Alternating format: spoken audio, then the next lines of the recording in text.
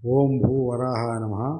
భూమాత పరమాత్మ అనుమతితోటి ఆరంభించిన అనంత కేశవ ఛానల్ 9 కోట్ల భగవన్నామ యజ్ఞంలో 5వ రోజులో భాగంగా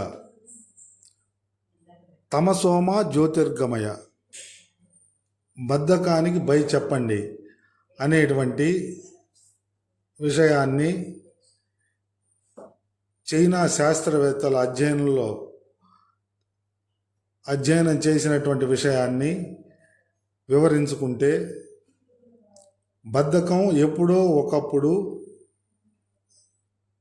ప్రతి వ్యక్తి బద్ధకం బారిన పడేటువంటి వారే. బద్ధకాన్ని ఎలాగైనా వదిలించుకోవాలని చాలామంది అనుకుంటూ ఉంటారు, కానీ బద్ధకం వల్ల ఆ పని చేయలేకపోతారు.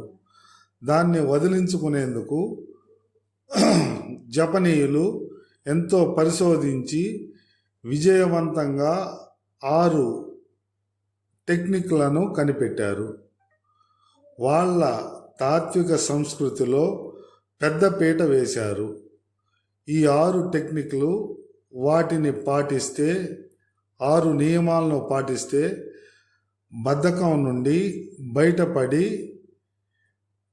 అవకాశం ఉంటుందని వారి అధ్యయనంలో తేలిన సందర్భంగా, ఇది ఎవరైనాను ఈ అధ్యయనం ద్వారా ఈ 6 నియమాలని సాధన ద్వారా సాధించేందుకు అనంత విశ్వంలో ఎవరికైనా అవకాశం కలదని స్కిప్ చేయకుండా ఈ 6 నియమాల్ని గుర్తించండి. 1, ఇకిగయి అంటే ప్రతి జీవికి ఒక జీవన ప్రయోజనం ఉంటుందని జపనీయులు నమ్ముతారు. అలాగే అనంత విశ్వంలో ఎవరైనా ఒక జీవన ప్రయోజనం ఉంటుందని భావించవచ్చు. దీన్నే వాళ్ళు ఇకిగయిగా పేర్కొంటారు. నీ లక్ష్యం ఏమిటి? ఏమి సాధించాలని అనుకుంటున్నావు? ఏ పని నీలో చైతన్యాన్ని రగిలిస్తుంది? ఏమి చేస్తే సంతృప్తిగా ఉంటుంది?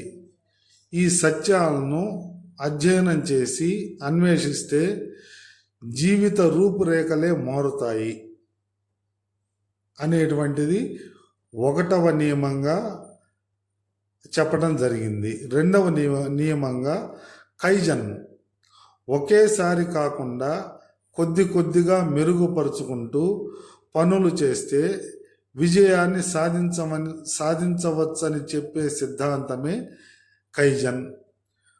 ఏ పనినైనా కొద్ది కొద్దిగా మెరుగుపరుచుకుంటూ పనులు చేస్తే విజయాన్ని సాధించవచ్చని చెప్పే సిద్ధాంతమే కైజన్. రోజు కొంచెం కొంచెం కాబట్టి పెద్దగా భారమని కూడా అనిపించదు. క్రమక్రమంగా సామర్థ్యం పెరుగుతుంది. ఎవరితోటి పోటీ లేకుండా తన పనిని తానే స్వయంగా గుర్తించుకుంటూ అధ్యయనం చేస్తూ మెరుగుపరుచుకోవడం ద్వారా స్పష్టమైనటువంటి మెరుగుదల సామర్థ్యం పెరుగుతుంది. 3, పోమోదోరో టెక్నిక్.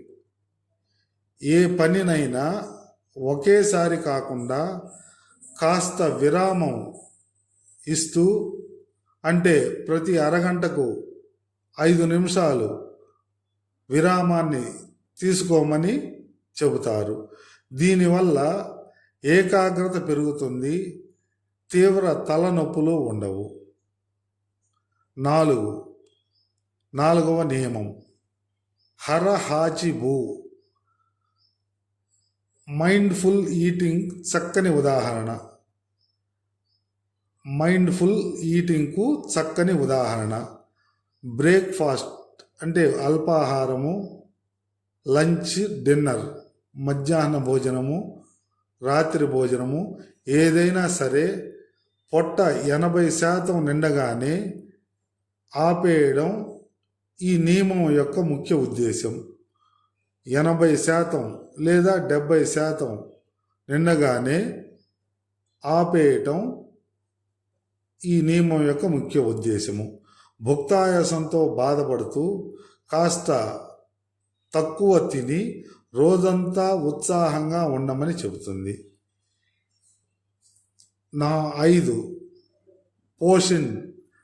స్థాయి, హోదా, ఉద్యోగం ఏదైనా సరే, ఏ స్థాయిలో ఉన్నా, ఏ హోదాలో ఉన్నా, ఏ ఉద్యోగం చేస్తున్నా, ఏ విధియోగాన్ని అనుసరిస్తూ ఉన్నా దీన్నే కర్మయోగం అంటారు.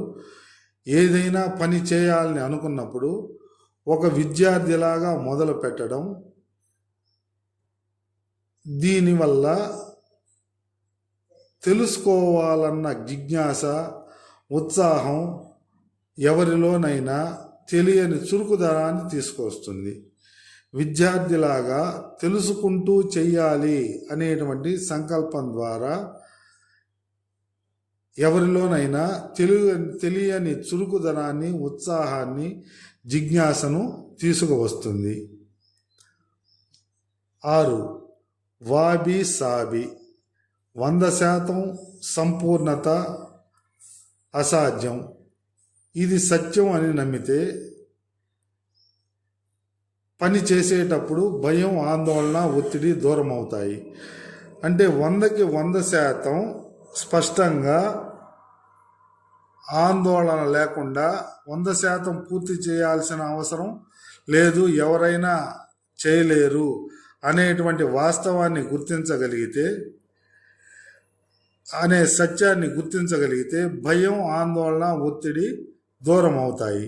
తప్పు అయినా సరే పర్వాలేదు, చేద్దాం అని అనుకొని దీనివల్ల ఫలితం ఏమవుతుందనే ఆందోళన లేని ఆరోగ్యకరమైన మానసిక స్థితి ఏర్పడుతుంది. స్థైర్యం ఏర్పడుతుంది, దృఢత్వం ఏర్పడుతుంది. తద్వారా ఈ 6 నియమాల్ని పాటించుకోవడం ద్వారా తమసోమ జ్యోతిర్గమయ, సోమరితనాన్ని రూపుమాపేందుకు ఎవరికైనా అవకాశం కలదు.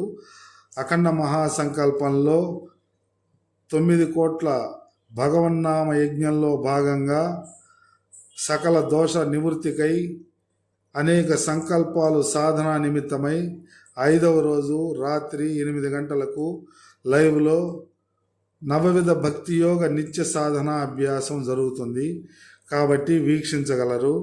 సబ్స్క్రైబ్ చేయండి, షేర్ చేయండి, లైక్ చేయండి, సబ్స్క్రైబ్ చేయండి.